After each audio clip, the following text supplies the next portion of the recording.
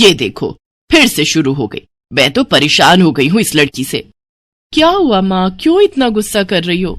गुस्सा न करूं तो क्या करूं? हाँ, कब से आवाज लगा रही हूँ, लेकिन इन मैडम को एक बार में सुनाई कहाँ देता है। ओहो माँ, आप ही देखो ना, मैंने कितना सुंदर डिजाइन बनाया, बस इसी में ध्यान लगा था मेरा, शायद इसीलिए आपकी आवाज सुनाई नहीं दी होगी। अच्छा बताओ क्या काम है, मैं ये बाद में पूरा कर लूंगी। कुछ काम नहीं, खाने की थाली कब से लगा कर रखी है, अब महारानी को फुर्सत मिल गई हो तो चलकर खा लो। अच्छा खाना खाना है, अब आप शुरू करो, मैं बस 2 मिनट में आऊं। हाँ हाँ पता है तेरे 2 मिनट। इतना कहकर हिना की माँ सुमित्रा गुस्से में वहां से चली गई और फिर खाने की मेज पर। अरे क्या हो गया, इतने गुस्से में क्यों हो भाग्यवान?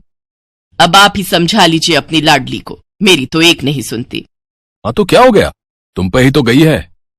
आपको मजाक सूझ रहा है? यहाँ मेरा दिमाग खराब हो रहा है, सारा दिन बस मेहंदी के डिजाइन बनाती रहती है और कोई काम ही नहीं है इसे। इसका मतलब वो सच में तुम पर ही गई है। तुम्हें भी तो मेहंदी लगाने का बड़ा शौक था ना इस उम्र में? हाँ, पर मैं घर का सारा कामकाज निपटाने के बाद ये सब करती थी। अरे ये तो खाना पीना भी छोड़कर बैठी है। सुमित्रा अपने पति सुरेश से हिना की शिकायतें कर ही रही थी कि तभी हिना वहां आ गई। क्या बनाया माँ? खुशबू तो बड़ी अच्छी आ रही है। मिल गई तुझे फुर्सत? हाँ माँ, देखो ना मेरा आज का डिजाइन, पापा देखिए ना कैसा है। सच में डिजाइन तो वाकई बढ़िया बनाया है लाडू। ये लाडू बोल बोल कर आपने ही इसका दिमाग खराब करके रखा है। मेरी जान को कितना काम है पता है, ती जा रही है, मगर ये लड़की मेरी बिल्कुल मदद नहीं करती। ओहो, आज सिर्फ खरी खोटी ही सुनाओगी या कुछ खाना भी मिलेगा भाग्यवान? सुरेश की बात सुनकर सुमित्रा की हंसी निकल गई और उसे हंसता देख सभी लोग हंसने लगे। हिना अपने माता पिता की अकेली संतान थी। हिना को बचपन से ही मेहंदी के नए नए डिजाइन बनाने का बड़ा शौक था। वो कागज पर रोज कुछ न कुछ नया बनाने की कोशिश करती और फिर उसे अपने या अपनी माँ के हाथों पर लगाती। हिना के कॉलेज की पढ़ाई भी अब पूरी हो गई थी, तो अब उसके लिए रिश्ते आने भी शुरू हो गए थे। अरे सुमित्रा कहाँ हो, जल्दी आओ। क्या हुआ जी? जरा इस फोटो को तो देखो, कैसा है लड़का?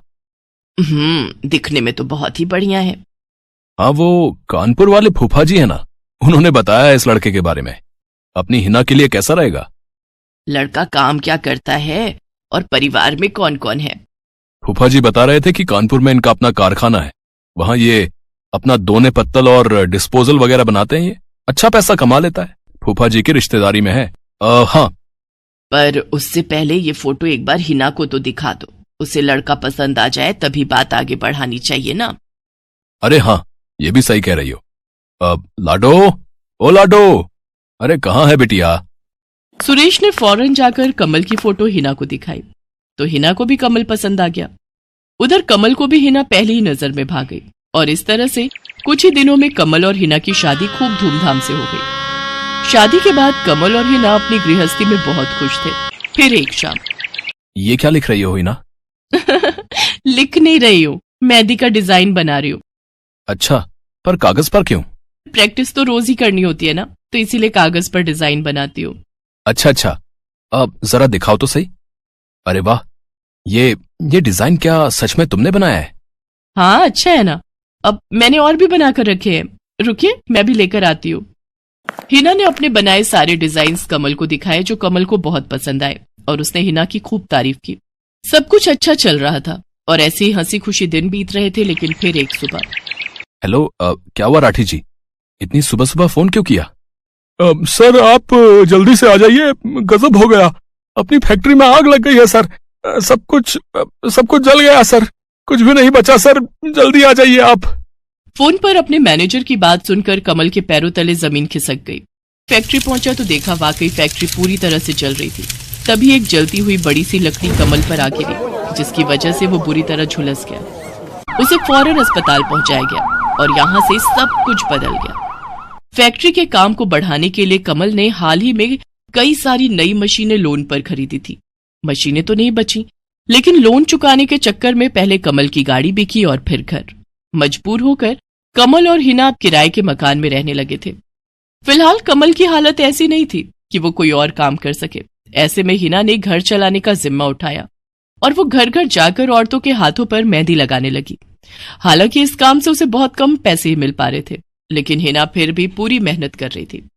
क्या से क्या हो गया ना हिना, मैं किसी काम का नहीं रहा, हम बर्बाद हो गए। मैंने कहा था तुम्हें रानी बनाकर रखूंगा, मगर मेरे रहते हुए भी तुम्हें कितना संघर्ष करना पड़ रहा है। ऐसा क्यों कह रहे हैं आप बिल्कुल चिंता मत कीजिए, देखना धीरे धीरे सब ठीक हो जाएगा। हिना चाहती थी कि वो अपना एक पार्लर खोले, लेकिन फिलहाल ये मुमकिन नहीं था। मेहंदी लगाने का काम भी सीजन पर ही मिल पाता था, तो अब दिक्कत खाने पीने की भी होने लगी। ऐसे में हिना ने एक सेठ के घर मेड का काम करना शुरू कर दिया। और फिर एक दिन, सुन, तुझे कोई मेहंदी वाली पता है क्या? क्यों मैडम? अरे वो तीज आ रही है ना, तो मेहंदी लगवानी थी। हाँ, बाहर इतनी गर्मी है, अब ऐसे में कौन बाहर जाए, तो घर पर ही आकर कोई लगा दे तो बढ़िया रहेगा। अब हाँ मैडम, मैं बहुत अच्छी मेहंदी लगाती हूँ, आप मुझसे लगवा लो। ना ना ना, अगर खराब कर दी तो? तीज की पार्टी है मेरे यहाँ, मेहंदी तो बढ़िया ही लगवानी है मुझे। मैडम आप बिल्कुल चिंता मत कीजिए, और रुकिए, मैं अभी आपको कागज पर मेहंदी का डिजाइन बनाकर दिखाती हूँ, फिर आगे आप ही तय करना। इतना कहकर हिना ने फौरन एक कागज लिया और कुछ ही देर में उस पर एक बहुत ही सुंदर मेहंदी का डिजाइन बना दिया। और फिर, अरे वाह, ये तो सच में बहुत सुंदर है, बिल्कुल नया और बहुत ही खूबसूरत डिजाइन है। अब तू ये डिजाइन मेरे हाथ पर भी सेम टू सेम लगा देगी ना? हाँ मैडम, आप मुझ पर विश्वास कीजिए, मैं बचपन से ये करती आई हूँ। उस दिन हिना ने पूरे मन से अपनी मालकिन के दोनों हाथों पर मेहंदी लगाई। हिना ने जो डिजाइन बनाया था वो एकदम नया था और सुंदर भी। फिर अगले दिन, नमस्ते साहब, वो आपको कुछ? हाँ, मैं तुम्हारा ही इंतजार कर रहा था। ये कल शिवानी के हाथों पर तुम ही ने मेहंदी लगाई थी ना? जी साहब, मैंने ही लगाई थी। अब कोई गलती हो गई क्या मुझसे? नहीं, ऐसी कोई बात नहीं है, बस ये जानना था तुमसे कि मेहंदी का वो डिजाइन कहाँ से देखकर लगाया तुमने? कहीं से नहीं साहब, वो तो मैंने खुद से सोचा था, मैं कभी कहीं से देखकर डिजाइन नहीं बनाती। अच्छा, अगर ऐसा है तो जरा ये कागज और जरा इस पर एक मोर की थीम पर बेस्ड एक डिजाइन बनाकर दिखाओ, पर याद रहे डिजाइन बिल्कुल नया होना चाहिए। जी साहब, बस 2 मिनट दीजिए। हिना ने बस कुछ मिनटों के अंदर वो करके दिखा दिया, जिसे देखकर उसका मालिक साहिल मल्होत्रा हैरान रह गया। वाह, सच में कमाल है ये तो। अब तुमने डिजाइनिंग सीखी है क्या कहीं से? नहीं साहब, सीखी तो नहीं, लेकिन मुझे बचपन से ही शौक है मेहंदी लगाने का, तो बस इसीलिए। समझ गया। देखो हिना, तुम्हारा हुनर लाजवाब है और तुम्हें अपने इस हुनर को ऐसे बेकार नहीं जाने देना चाहिए। जी मतलब? तुम्हें पता है ना, मेरी फैक्ट्री में लेडीज कपड़ों के लिए कपड़ा बनता है, लेकिन काफी समय से मैं परेशान हूं, क्योंकि सूट साड़ियों वगैरह के लिए मेरे पास नए डिजाइन की कमी पड़ गई है। लेकिन अब लगता है ये कमी नहीं रहेगी। बोलो, बतौर डिजाइनर मेरे लिए काम करोगी तुम? जी साहब, बिल्कुल करूंगी। ये हिना के लिए सपने के सच होने जैसा था। अब वो काम वाली बाई से एक डिजाइनर बन गई। वो साहिल की फैक्ट्री में बनने वाले कपड़ों के लिए हर रोज नए नए डिजाइन बनाने लगी, और इसके बाद साहिल के फैक्ट्री में बनने वाले कपड़े की डिमांड काफी बढ़ गई, और इसके चलते हिना को भी उसके काम की बढ़िया सैलरी मिलने लगी। हिना अब अपनी कमाई से न सिर्फ अपना घर खर्च चलाने लगी, बल्कि उसने शहर के बढ़िया डॉक्टर से कमल का इलाज भी कराया, जिससे कमल बहुत जल्दी ठीक हो गया और उसने भी काम करना शुरू कर दिया। पर इस सब में पूरा 1 साल बीत गया और एक बार फिर से तीज का त्योहार आया। देखिए तो कैसी लग रही हूं मैं? बिल्कुल चांद जैसी लग रही हो। हिना ने नई हरे रंग की साड़ी पहनी हुई थी, जो उसने खुद डिजाइन की थी, और वाकई वो उसमें बहुत ही सुंदर लग रही थी। हिना, तुम सच में बहुत बहादुर हो। मैं तो उस हादसे के बाद उठकर खड़ा ही नहीं हो पाता, लेकिन तुमने सब कुछ ठीक कर दिया। तीज का ये त्योहार ही इसलिए है जी, मैं आपको कभी कुछ नहीं होने दूंगी।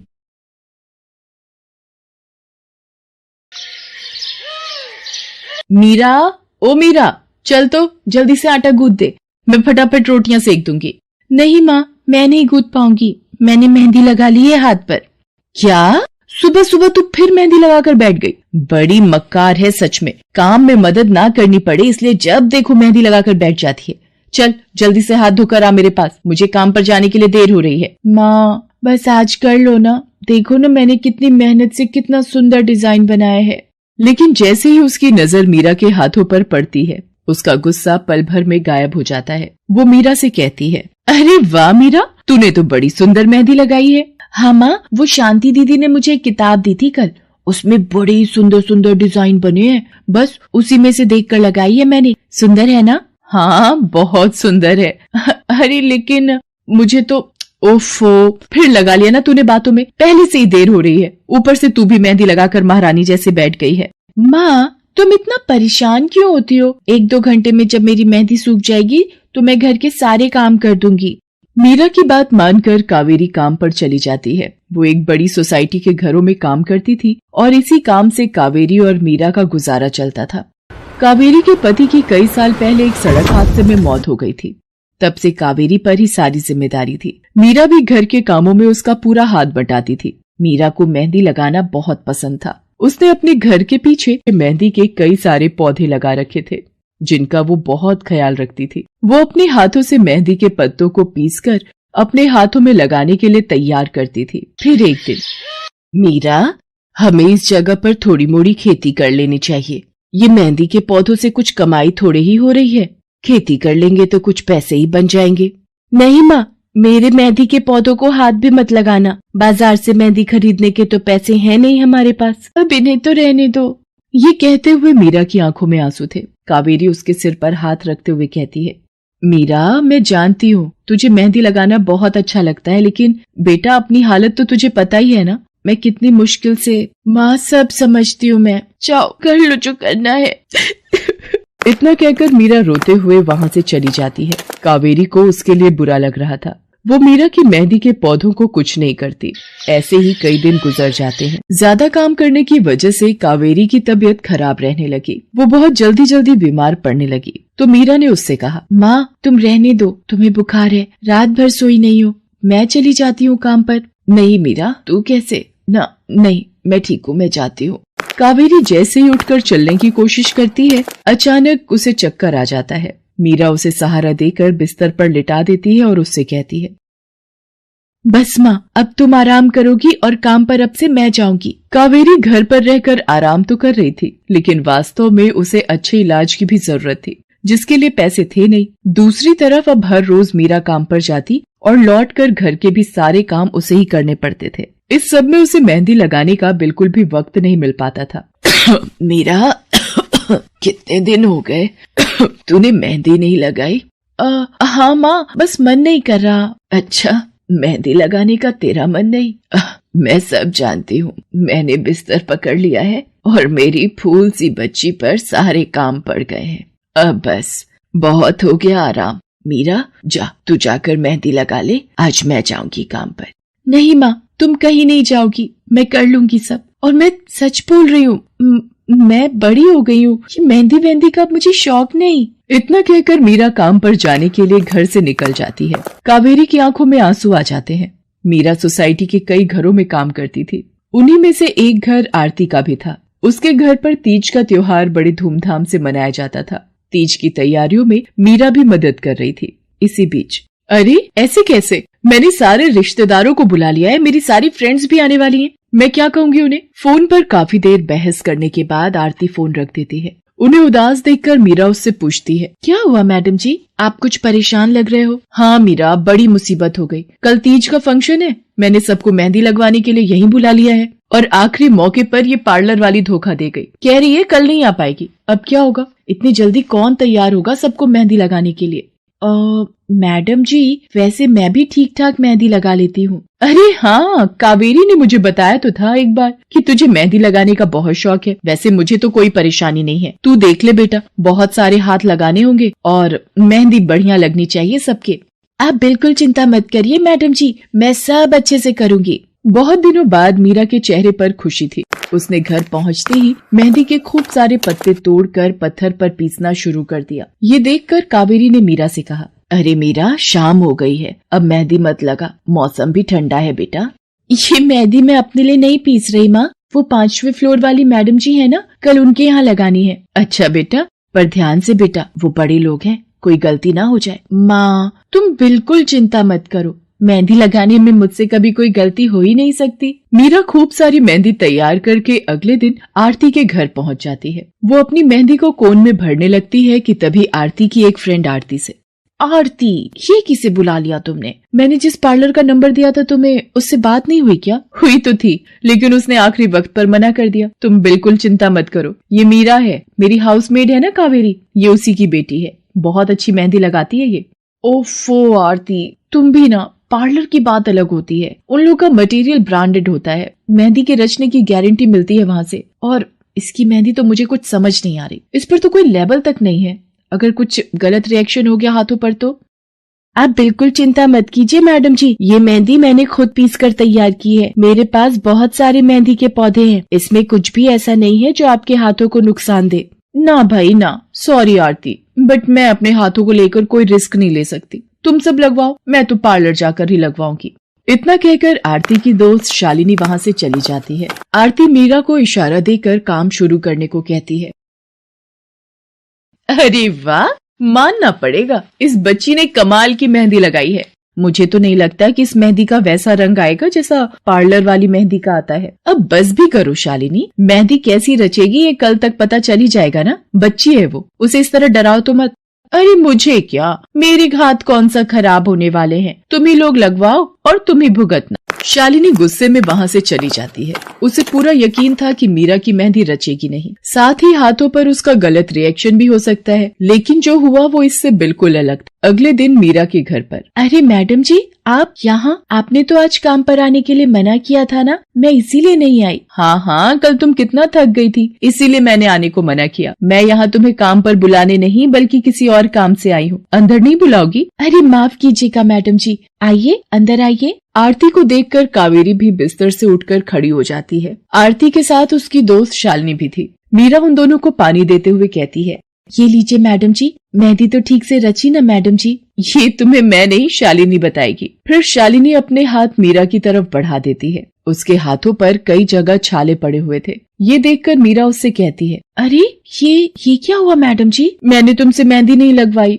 उल्टा तुम्हारा अपमान करती रही, उसी की सजा मिली है मुझे। मैंने सबसे महंगे वाले पार्लर में जाकर मेहंदी लगवाई। मैंने उनसे जोर देकर कहा कि मेहंदी का रंग बहुत बढ़िया आना चाहिए। इस चक्कर में उन्होंने पता नहीं क्या क्या मिला दिया मेहंदी में, और मेरे हाथों का ये हाल हो गया। और दूसरी तरफ तुम्हारी मेहंदी, जिसने भी लगवाई उसके हाथों की रंगत ही अलग है। देखो आरती के हाथ देखो जरा।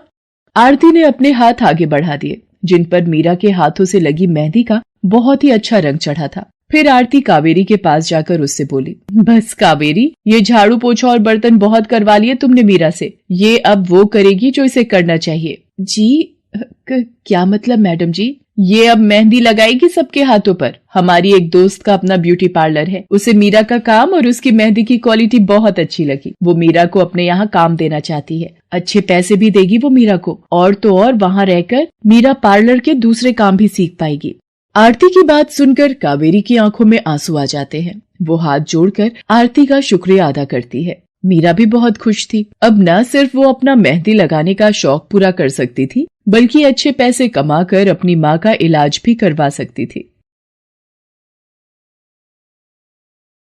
एक समय की बात है, केशवपुर नामक गांव में सरला नाम की एक बूढ़ी विधवा औरत अपने बेटा बहू के साथ रहती थी। सरला की बहू जया स्वभाव से बहुत बुरी थी। वो रोजाना सरला से बात बात पर लड़ती रहती थी। सरला का पति किशन शहर में मजदूरी करता था, इसलिए वो कभी कभी ही गांव आ पाता था। किशन शहर से घर खर्चे के लिए पैसे भेजता तो 2 लिफाफे भेजता, एक अपनी माँ के नाम और एक अपनी पत्नी के नाम। पर जया सरला के पैसे भी अपने पास ही रख लेती थी। ऐसे ही एक दिन, ये सरला देवी और जया जी के नाम के मनी ऑर्डर हैं। लाओ भैया, जल्दी से मुझे दे दो। ये सरला देवी के हस्ताक्षर करके ही उन्हें मिलेगा। माँ जी आराम कर रही हैं, लाओ मैं अंगूठा लगवा कर लाती हूँ। ए बुढ़िया, जल्दी से इस कागज पर अंगूठा लगा दे।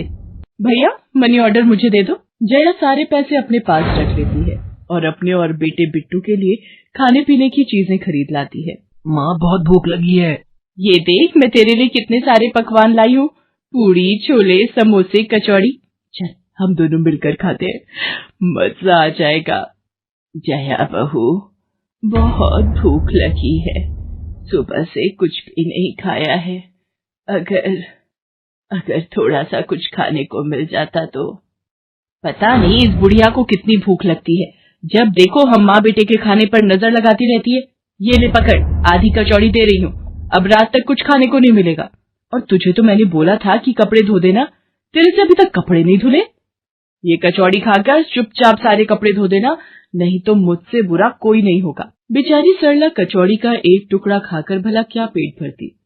वो फिर से दोबारा काम पर लग जाती है। एक दिन किशन शहर से वापस आने वाला था।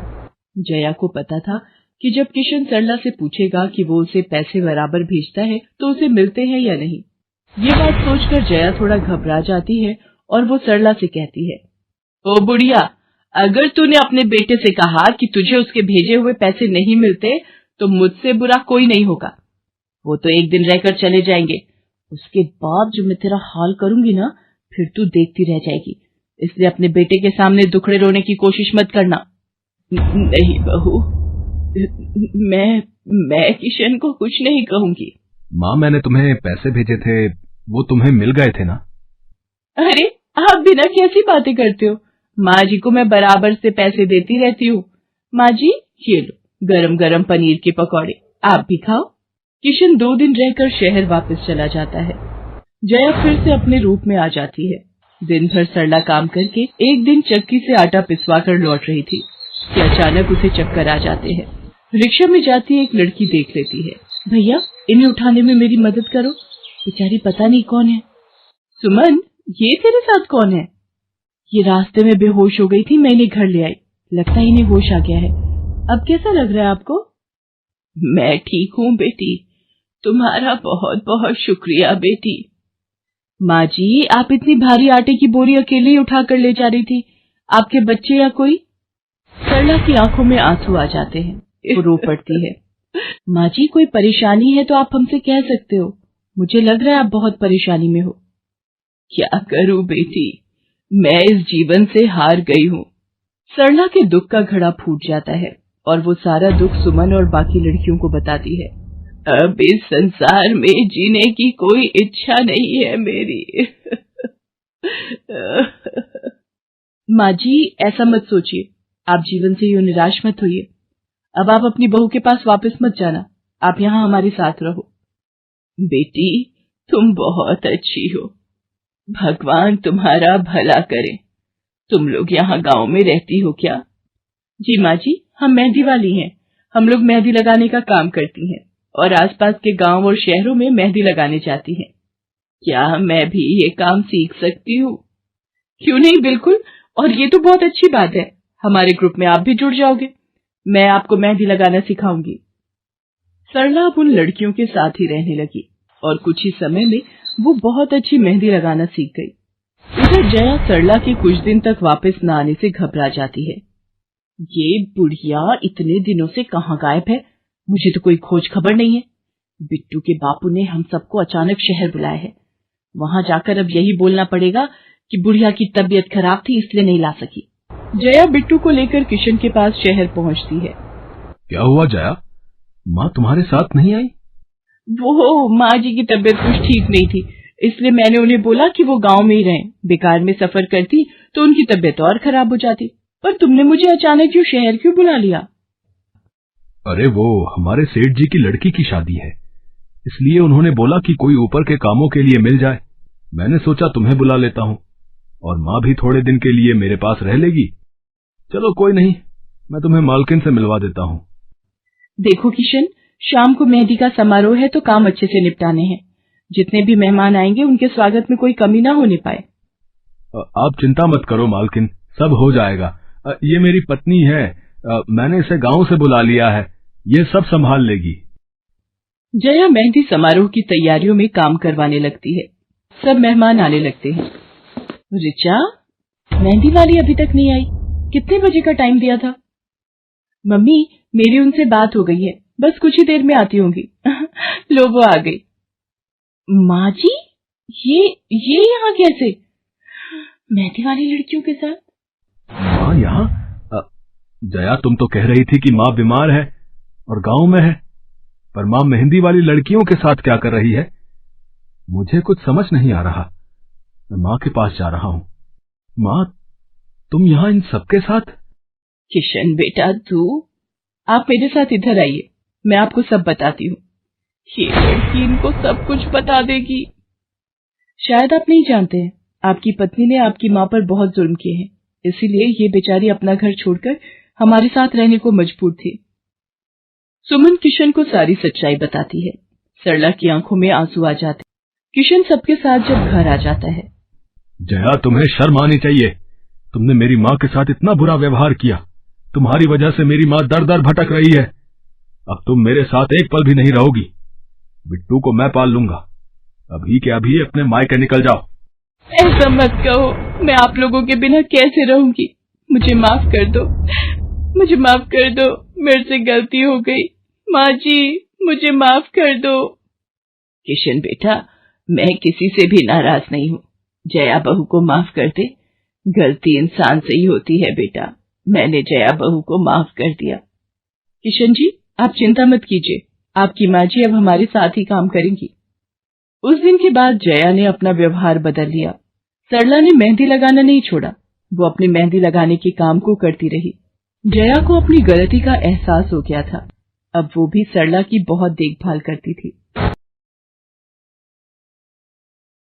संध्या की बुआ जो कि दिल्ली में रहती थी, वो उसके लिए एक अच्छे घर का रिश्ता लेकर आई थी। देखो भैया, मेरी इतनी जान पहचान तो नहीं है लड़के वालों से, पर इतना जानती हूँ अड़ोस पड़ोस में कहीं पूछोगे तो लोग अच्छा घर ही बताएंगे। ठीक है सुमन, अगर तुम कहती हो तो लड़के वालों को एक बार बुला लेते हैं। अब संध्या भी लड़के को देख लेगी। संध्या की बुआ लड़के वालों से अपने तरीके से बात कर लेती है और कुछ दिनों बाद संध्या की शादी विपुल नाम के लड़के से हो जाती है। पता नहीं इस काम वाली को छुट्टी लेकर गांव अभी जाना था। उसे पता था शादी वाला घर है, नई नवेली दुल्हन आएगी तो घर में 100 काम होंगे, फिर भी बिना बताए गांव निकल गई। अब मैं दूसरी काम वाली इतनी जल्दी कहाँ से ढूंढूंगी। राजेश्वरी, एक प्याली चाय दे दो तो बड़ी मेहरबानी होगी। सुबह से एक प्याली चाय भी नहीं मिली है। तुम्हें तो जब देखो चाय पीने की पड़ी रहती है। पता भी है एक बर्तन नहीं है धुला हुआ जिसमें तुम्हारी चाय बना दूं। ढेरों बर्तन रसोई में पड़े हैं झूठे। माँ मैं कॉलेज जा रही हूँ, तुम मुझे ये मत कहना कि मैं छुट्टी कर लूं और तुम्हारे साथ घर का काम करवाऊं। मेरा आज बहुत बड़ा प्रोजेक्ट सबमिट होना है, इसलिए मैं तो कोई काम नहीं कर सकती। ये लो, अब इसे भी अभी कॉलेज जाना था। अब मैं क्या करूं, कुछ समझ नहीं आ रहा। संध्या की सास राजेश्वरी अभी काम वाली को लेकर परेशान हो ही रही थी। तभी संध्या राजेश्वरी की सारी बातें सुन लेती है और रसोई में जाकर बर्तन धोने लगती है। अरे संध्या बहू, तुम ये रसोई में क्या कर रही हो? हटो हटो हटो, ये झूठे बर्तन तुमसे थोड़ी करवाऊंगी। अभी तुम्हारे हाथों की मेहंदी भी नहीं उतरी।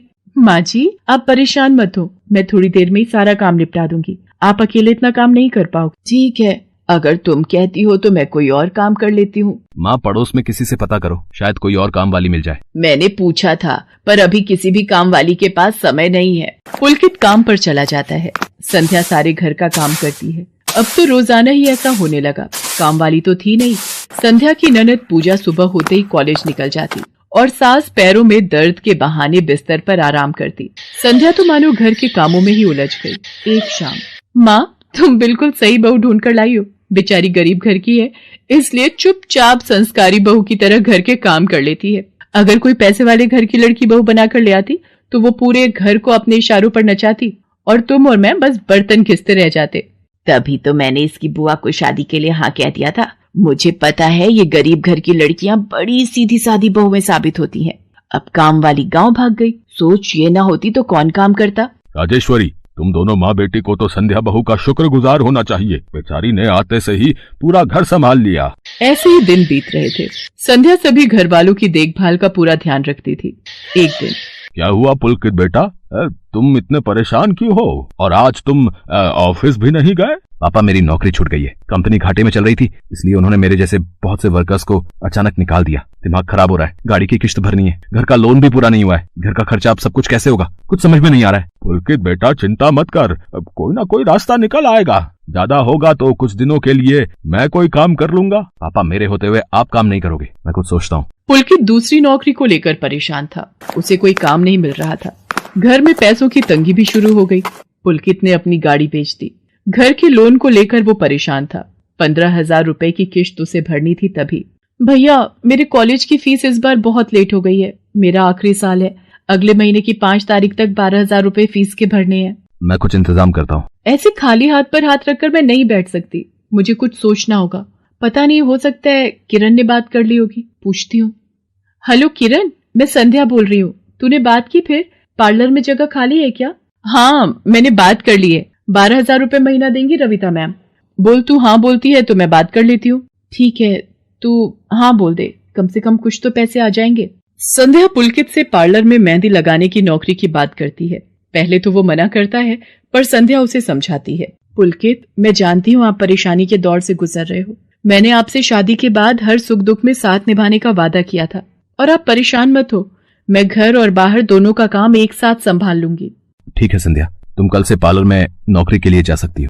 अगले दिन से संध्या सारे घर के काम के साथ साथ पार्लर भी जाती और वहां पर पूरा दिन मेहंदी लगाने का काम करती और शाम के वक्त घर आती। संध्या बहुत मेहनत कर रही थी ताकि वो अपने परिवार की मदद कर सके। संध्या बहुत सुंदर मेहंदी लगाती थी। ये बात उसकी सास को तब पता चली जब उसने पार्लर में काम करना शुरू किया। संध्या को पार्लर में काम करते हुए 1 महीना बीत चुका था। पार्लर की मालकिन रविता भी संध्या के मेहंदी लगाने के काम को देखकर बहुत खुश थी। संध्या, तुम सचमुच बहुत मेहनती हो। पिछले 1 महीने में बहुत से क्लाइंट तुम्हारी तारीफ कर रहे हैं और अपनी फैमिली फ्रेंड्स की शादी या सगाई फंक्शन के लिए तुम्हें ही मेहंदी के लिए बुक करना चाहते हैं। और हाँ, ये तुम्हारी सैलरी 12,000 रुपए। बाकी ये तुमने ओवर टाइम भी शादी के सीजन में बहुत किया है, उसके 6,000 रुपए अलग से दे रही हूँ। थैंक यू मैम, आपने मेरे काम की इतनी तारीफ की। मैं तो बस भगवान की कृपा से मेहनत से करती हूँ। संध्या घर आ जाती है और 12,000 रुपए पूजा के हाथ में रखती है। पूजा, ये तुम्हारी कॉलेज की फीस के पैसे, तुम कल ही अपनी फीस जमा कर देना। भाभी, ये तो आपकी मेहनत की कमाई है, आप ये सारे पैसे मुझे दे रहे हो? नहीं नहीं भाभी। पूजा, तुम मुझे अपनी भाभी कहती हो ना, और भाभी तो माँ समान होती है, तो क्या तुम अपनी भाभी माँ के पैसे नहीं लोगी? तुम अपने भैया से भी तो लेती हो ना। फिर मेरे और अपने भैया में फर्क है, मैं भी तो इस घर का हिस्सा हूँ, इसलिए ये पैसे रख लो। मुझे माफ कर दो भाभी, मैंने ना जाने आपके बारे में क्या क्या गलत सोचा। पुलकित को भी दूसरी नौकरी मिल जाती है। अब संध्या और पुलकित दोनों मिलकर काम करते थे। राजेश्वरी और पूजा भी अब संध्या की घर के कामों में बहुत मदद करती थी। परिवार में खुशियां फिर से लौट आई थी।